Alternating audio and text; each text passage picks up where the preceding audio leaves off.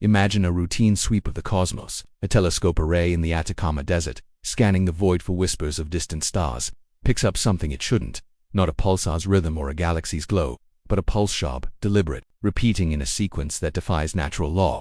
Then, without warning, the data stream freezes. Monitors go dark. The signal vanishes. Within hours, a faint object appears in low Earth orbit, hovering silently above the planet's equator. It's not a satellite, not a meteor, not anything we've launched.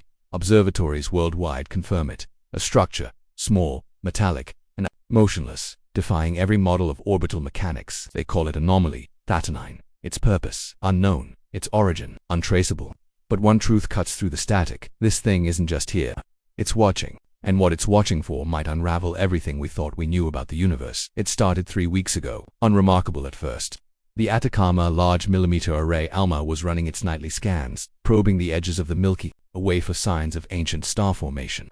At 3:17 a.m. local time, a technician noticed a glitch, a signal spike, narrow and precise, cut through the usual cosmic noise. It wasn't random.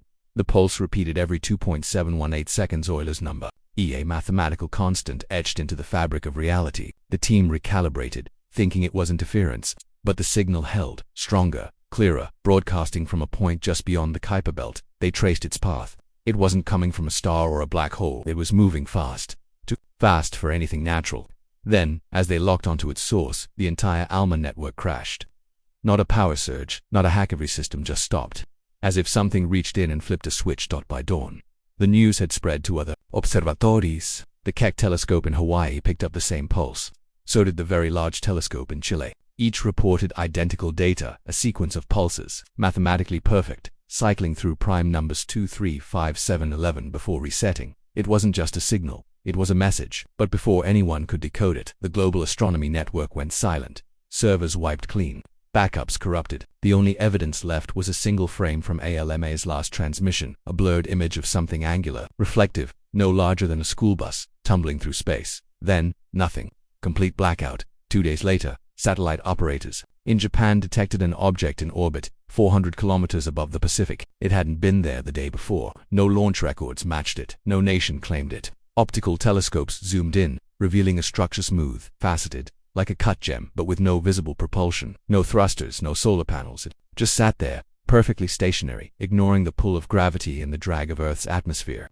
NASA scrambled to redirect the Hubble Space Telescope, but its sensors malfunctioned the moment they aligned with the object's coordinates. Ground-based radar failed too, returning only static. The International Space Station crew, tasked with a visual sweep, reported something chilling. Their cameras couldn't focus on it. Every image came back distorted, as if the object was bending. Light itself. The object was officially designated anomaly Thatanine by the International Astronomical Union. But whispers online called it the Watcher. Leaked emails from a European Space Agency insider surfaced on X, claiming the object wasn't just defying physics, it was emitting low-frequency electromagnetic waves, pulsing in sync with the original signal from the Kuiper belt. The waves weren't random. They matched the resonant frequency of Earth's ionosphere, the layer that shields us from solar radiation. It was as if Thatanine was tuning into the planet's natural defenses, listening to the hum of our world, or worse, tuning it. The scientific community tried to stay calm. Public statements called it a potential interstellar visitor, like Oumuamua in 2017, but this was different. Oumuamua sailed through our solar system, indifferent, on a predictable trajectory. Thatanine didn't. It stopped. It adjusted. It hovered. Private observatories in Australia reported its shifting position, not drifting, but moving with precision, aligning itself with the planet's magnetic equator. No natural object could do that. No human technology could either. And then came the anomalies. Weather stations in Indonesia recorded unexplained pressure drops, like something massive was passing overhead, but nothing showed on radar. Seismographs in Peru twitched, detecting vibrations too subtle for earthquakes. Even GPS satellites began to glitch, their clocks drifting by microseconds, as if time itself was warping in Thatanine's presence. The leaks didn't stop. A whistleblower from a U.S. military contractor claimed DARPA had known about Thatanine for months. Routine scans of the outer solar system, conducted by a classified deep space radar, had picked up faint signatures near Pluto's orbit as early as last year. They thought it was a comet. Then it changed course. Not once, but 3 times, each adjustment bringing it closer to Earth. The data was buried, labeled as instrument error, because no one wanted to admit what it implied. Something out there was steering itself toward us. The whistleblower's final post, before their account went dark, included a grainy image from a DARPA satellite. It showed Thatanine, its surface glinting with an unnatural sheen, surrounded by a faint halo of energy that no known material could produce. By the end of the first week, the public was catching on. Posts on X exploded with theory. Some called it an alien probe, others a weapon. A few said it was a beacon, signaling something larger. Scientists tried to downplay it, but their explanations faltered. A Stanford physicist went viral after admitting on a podcast that Thatanine's behavior suggested intentionality. She backtracked the next day, but the damage was done. People started pointing their telescopes skyward. Amateur astronomers in Brazil and South Africa reported seeing faint pulses of light from Thatanine's position, too regular to be reflections. Then, on day 9, something new happened. The Large Hadron Collider at CERN, running a routine proton collision experiment, detected an anomaly in its magnetic fields, a ripple, brief but global, lasting 0.42 seconds. It wasn't tied to solar flares or tectonic activity. It was something else, something synchronized with Thatanine's pulses. The real shock came hours later. NASA's Deep Space Network, tasked with monitoring distant probes like Voyager 2, picked up a transmission from the edge of the solar system that came from the direction of Thatanine's original signal, near the Kuiper Belt. The data wasn't in any human format. It contained layered packets of information, encoded in a fractal pattern that unfolded into prime-numbered sequences. The transmission's timestamp matched the exact moment of CERN's ripple. But here's the problem. Voyager 2's instruments can't send data like that. They're too primitive, too weak. The signal wasn't from Voyager. It was through it, as if something had hijacked our probe to relay a message. And that message wasn't aimed at our satellites or our scientists. It was aimed at Theta-9. Theories started swirling in academic circles, though few dared speak publicly. A Cambridge cosmologist, breaking ranks, posted a paper online suggesting Thatanine wasn't a single object but part of a network. She called it a sentinel array, a system of nodes placed around developing worlds to monitor their progress. The idea wasn't new. SETI researchers have long speculated about alien probes, but her math was chilling. She calculated that Thatanine's pulses matched the energy output required to sustain a quantum entanglement link, a way to transmit data instantaneously across vast distances. If true, Thatanine wasn't just watching Earth, it was reporting back to something else, somewhere far beyond our reach. The public didn't need math to feel the weight. Social media buzzed with grainy videos of Thatanine captured by hobbyists with high-powered telescopes. The object's surface seemed to shift, not in shape but in texture, as if it was adapting to Earth's environment. Some claimed it was cloaking itself, bending light to avoid detection. Others said it was scanning us, mapping our cities, our grids, our thoughts. A group of hackers claiming to have breached a NASA server leaked a spectrographic analysis of Thatanine's emissions. The data showed traces of elements not found on Earth, compounds with isotopic ratios impossible under known stellar processes. The leak was scrubbed within hours, but screenshots spread like wildfire. People started asking, if this thing isn't from our solar system, where did it come from and why now? The timing wasn't random.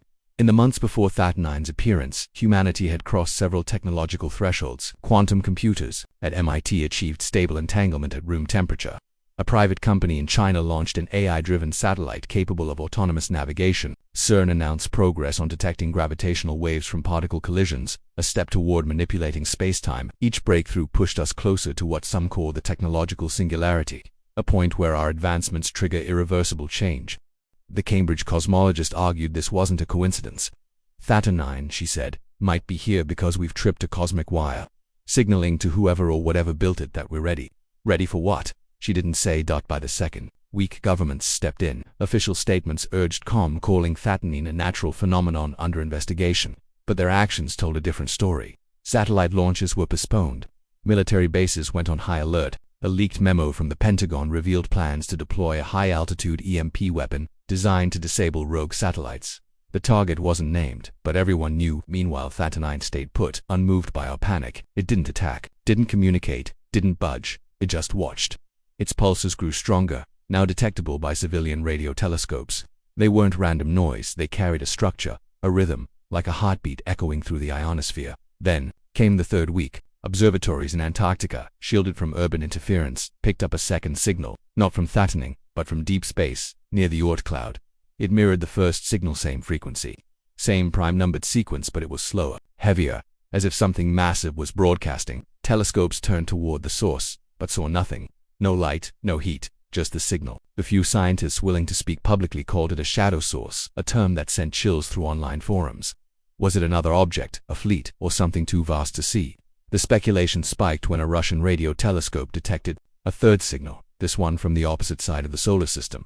The signals were converging, triangulating, as if mapping Earth from multiple angles.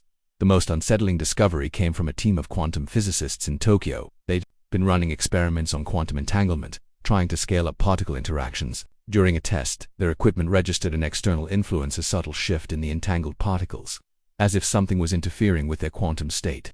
The interference matched Thatanine's pulse frequency. It wasn't just observing our planet, it was probing our experiments, our physics, our reality. The team's lead researcher, in a rare interview, said it felt like we're being read, like a book, page by page. Her words went viral, fueling fears that Thatanine wasn't just a machine, it was a mind. The leaks kept coming.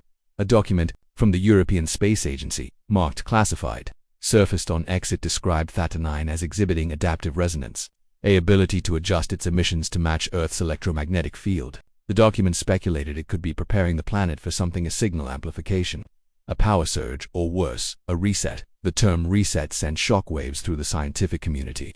It echoed theories about the Great Filter, the idea that advanced civilizations vanish because they fail a cosmic test. Was Thatanine here to judge us? To decide if we're a threat, a resource, or just noise in the galactic static? By now, the silence was deafening. Thatanine didn't respond to our radio signals, our lasers, our attempts to ping it. It just hovered, pulsing, watching. But its presence was changing things. Power grids in South America flickered, their frequencies drifting in sync with Thatanine's emissions. Marine biologists reported whales and dolphins altering their migration patterns, swimming in tight circles near the equator, as if drawn to the object's position. Even human behavior shifted. Reports of vivid dreams, shared across cultures, described a faceless figure pointing to the sky. Psychologists called it mass hysteria. Others weren't so sure. On day 20, a breakthrough came from an unexpected source. A team of cryptographers analyzing the leaked spectrographic data found a pattern buried in Thatanine's pulses. It wasn't just primes, it was a sequence that, when decoded, formed a fractal geometry, a self-repeating structure that mapped onto a higher dimensional plane. They called it a key, though to what, no one knew. Publishing their findings online, they argued it was a test, a puzzle left for us to solve. If we could crack it, maybe we'd prove ourselves worthy. Worthy of what? They didn't say. The paper vanished from the internet within hours, but not before thousands downloaded it. Theories multiplied. Some said Thatanine was a scout, sent to assess our defenses before an invasion. Others believed it was a guardian, protecting us from something worse in the Oort cloud. A few fringe voices claimed it was our future selves, looping back through time to warn or guide. But the most compelling idea came from a retired SETI researcher, speaking anonymously on a podcast. She proposed Thatanine was a mirror node, part of a galactic network designed to reflect a civilization's own signals back at it. Not to communicate, but to force self-awareness. It's showing us what we are, she said, and what we're becoming. As the fourth week began, Thatanine moved. Not far, just 0.3 degrees along its orbit, a shift so precise it couldn't be natural. Satellites detected a corresponding spike in Earth's magnetic field, strong enough to disrupt radio communications for 17 seconds. The pulses changed, now cycling through a new sequence, Fibonacci numbers woven into the primes. It was as if Thatanine was escalating, responding to our attempts to understand it. Or maybe it was done observing and was now acting. Acting on what? No one could say. The world held its breath. Governments issued vague assurances, but their militaries were mobilizing. Posts on X showed fighter jets scrambling over the Pacific, though no one knew what they could do against an object that defied physics. Scientists pleaded for more time, arguing that attacking Thatanine could provoke a response we weren't ready for, but the public wasn't listening. Fear was spreading faster than facts. Protests erupted in cities, demanding answers. Religious groups called it a sign of judgment. Tech billionaires announced plans to build bunkers in orbit just in case. Then, on day 28, the signal stopped. Thatanine went silent. No pulses, no emissions, no movement. Telescopes showed it still there, glinting faintly in the sunlight, but its activity ceased. For the first time in weeks, the world felt quiet. Too quiet. Scientists scrambled to understand why. Some said it was recharging, others that it had finished its task. A few whispered it was waiting for us to make the next move. The cryptographer's key, that fractal pattern, became the focus. Teams worldwide began modeling it, trying to unlock its meaning. Early results suggested it wasn't just a signal but a blueprint, a map to something beyond our current science, maybe a technology, maybe a dimension, maybe a truth we're not ready to face. The silence didn't last. On day 30, a new signal emerged, not from Thatanine but from Earth itself. Seismographs, radio telescopes, even civilian smartphones picked it up, a low hum, resonating at the same frequency as Thatanine's original pulses. It wasn't coming from the sky, it was coming from us. From our cities, our machines, our networks. The fractal key, it turned out, had embedded itself in our systems. spreading like a virus through every device connected to the internet. Not malicious, not destructive, just present, as if waiting for us to notice, to understand. This is where we stand. Anomaly Thatnine hovers above us, silent but present, a mirror reflecting our own potential. Is it a probe, sent to catalog our world, a warning, signaling the edge of our understanding? Or a test, daring us to solve its puzzle before it's too late? The fractal key is out there, in our data, in our airwaves, in our minds. It's not speaking to us, it's listening, measuring, judging. We've spent centuries searching the stars for signs of life, dreaming of contact, of discovery. But what if we were never the seekers? What if we were always the sought? The truth is, Thatnine didn't arrive by chance. It wasn't drawn by our signals or our science. It was already here, waiting, part of a system older than our sun. And now that we've seen it, now that we've touched its edges, the rules have changed. The silence isn't empty. It's heavy, loaded with intent. It's not asking us to speak. It's asking us to prove ourselves, to show what we're capable of, what we're willing to risk, what we're ready to become. The question isn't what Thatnine is. It's what we are, now that we know it's watching. What do you think?